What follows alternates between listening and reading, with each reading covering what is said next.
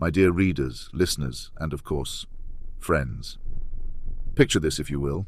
A man sitting alone in a room, staring into the unblinking eye of a camera, his face illuminated by the sickly glow of a computer screen. This is no ordinary man, no mere mortal content to live out his days in quiet obscurity.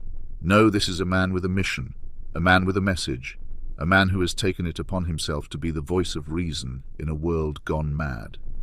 This is the amazing atheist. Now I know what you're thinking. Amazing atheist? Surely you jest, Hitchens. Surely you of all people cannot abide such a moniker, such a self-aggrandizing title, such a naked attempt to claim the mantle of intellectual superiority. And you would be right, of course. The very idea of an amazing atheist is a contradiction in terms like a magnificent cockroach or a brilliant pustule. Atheism, after all, is not some great feat of mental gymnastics, some Herculean task that requires a prodigious intellect and a Promethean will. No, atheism is simply the default position of any thinking person, the natural conclusion of anyone who has managed to shed the shackles of superstition and embrace the cold, hard light of reason. But let us not be too hasty in our judgment of this so-called amazing atheist. Let us instead take a closer look at the man behind the mask, the mind behind the moniker, the soul, if such a thing exists, behind the shtick. What do we find when we peer into the depths of the amazing atheist's oeuvre?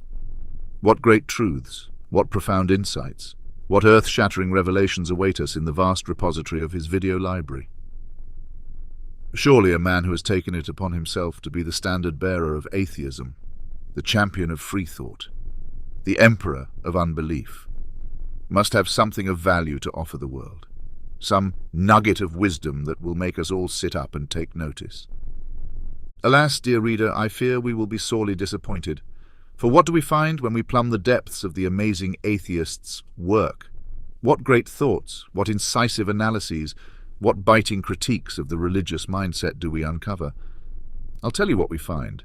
A cesspool of adolescent posturing, a morass of pseudo-intellectual wankery, a fetid swamp of half-baked ideas and sophomoric attempts at edgy humour. This is a man who seems to think that the height of wit is to make a crude joke about a religious figure, that the pinnacle of intellectual discourse is to engage in a shouting match with a creationist, that the ultimate goal of the atheist movement is to see who can be the most obnoxious, the most abrasive, the most insufferable prick in the room. This is a man who mistakes volume for substance, who confuses insults with arguments, who believes that the key to changing hearts and minds is to scream louder and longer than anyone else. But perhaps I'm being too harsh. Perhaps I'm judging the amazing atheist too quickly, too harshly, too uncharitably. After all, the man has managed to amass a following, a legion of loyal viewers who hang on his every word, who treat his every utterance as gospel, if you'll pardon the expression.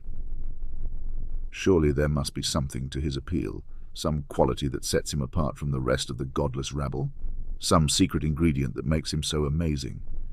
Or perhaps not. Perhaps the amazing atheist's success has less to do with his intellect or his insight than with his ability to tap into a certain strain of adolescent male anger, a certain type of disaffected young man who feels alienated from society, who sees religion as an easy target, who craves the validation and the attention that comes from being part of a movement, even if that movement is little more than a glorified circle jerk. You see, the amazing atheist is not really interested in advancing the cause of reason or promoting the values of secular humanism. He is interested in one thing and one thing only: himself. He is the quintessential attention whore, the kind of person who will say or do anything to get a rise out of people, who thrives on controversy and conflict, who mistakes notoriety for importance. And that, ultimately, is the tragedy of the amazing atheist. He could have been something more, something better, something truly amazing. He could have used his platform, his influence, his undeniable charisma to make a real difference in the world, to challenge people's assumptions, to broaden their horizons, to inspire them to think more deeply and critically about the big questions of life. Instead, he has chosen to be a clown, a jester, a court fool for the internet age. He has chosen to pander to the lowest common denominator, to appeal to the basest instincts of his audience, to wallow in the muck of his own ego and call it a revolution. But maybe I'm wrong. Maybe there's more to the amazing atheist than meets the eye.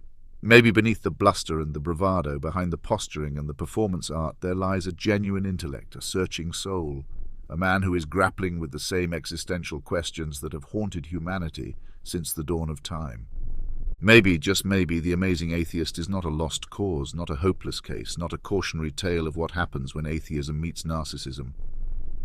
Maybe he's a work in progress, a diamond in the rough, a man who is still figuring out what he believes and why he believes it. Or maybe not. Maybe the amazing atheist is exactly what he appears to be.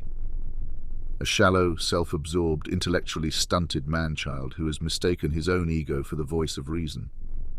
Maybe he is a walking, talking embodiment of everything that is wrong with the new atheist movement, a cautionary tale of what happens when skepticism becomes dogma, when free thought becomes groupthink, when reason becomes just another tribal marker.